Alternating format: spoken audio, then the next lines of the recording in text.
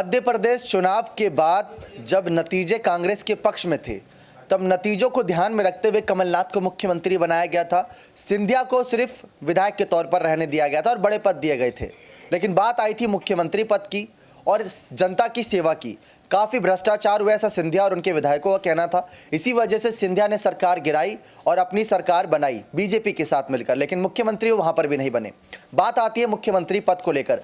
Pilot का भी कुछ वैसा ही सपना है। पायलट भी ज्योतिरादित्य सिंधिया की तरह ही नजर आ रहे हैं। पायलट भी चाहते हैं कि जो सरकार बनी हुई है कम से कम जनता की सेवा के लिए कदम उठाए। कभी पेपर लीक हो जाता है, कभी किसान आंदोलन करते हैं, तो कभी यहाँ पर महिलाएं यहाँ पर सरकार के खिलाफ मोर्चा खोल देती हैं। तो पायलट का साफ कहना है, जब कोई भी तबका आपसे खुश नहीं है तो आपकी सरकार ने क्या काम किया है। 4 साल गहलोत सरकार के पूरे हो चुके हैं।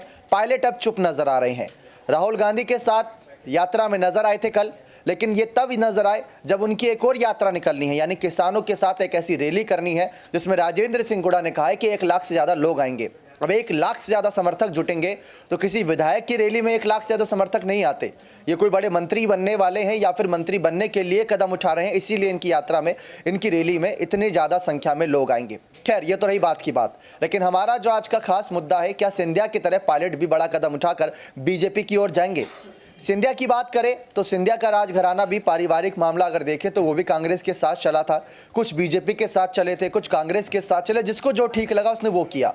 लेकिन अगर पायलट को देखें तो पायलट के पिता राजेश पायलट बीजेपी के साथ थे, यहाँ पर कांग्रेस के साथ थे, माफ़ कीजिएगा, और कांग्रेस के साथ बने रहे, लेकिन उनको कभी कैबिनेट में जगह नहीं दी गई। ऐसा अभी मलुक नागर ने भी कहा था कि पायलट के जो राजेश पायलट थे वो गुर्जरों के भगवान थे, वो किसानों के भगवान थे, जनता के लिए सेवा करते थे, लेकिन कभी उनको कैबिनेट में जगह नहीं दी और पायलट को कभी मुख्यमंत्री के लिए आगे नहीं बढ़ाया। तो इससे अच्छा पार्टी छोड़ दें या फिर पद छोड़ दें, ये बात साफ कही थी गहलोत के लिए।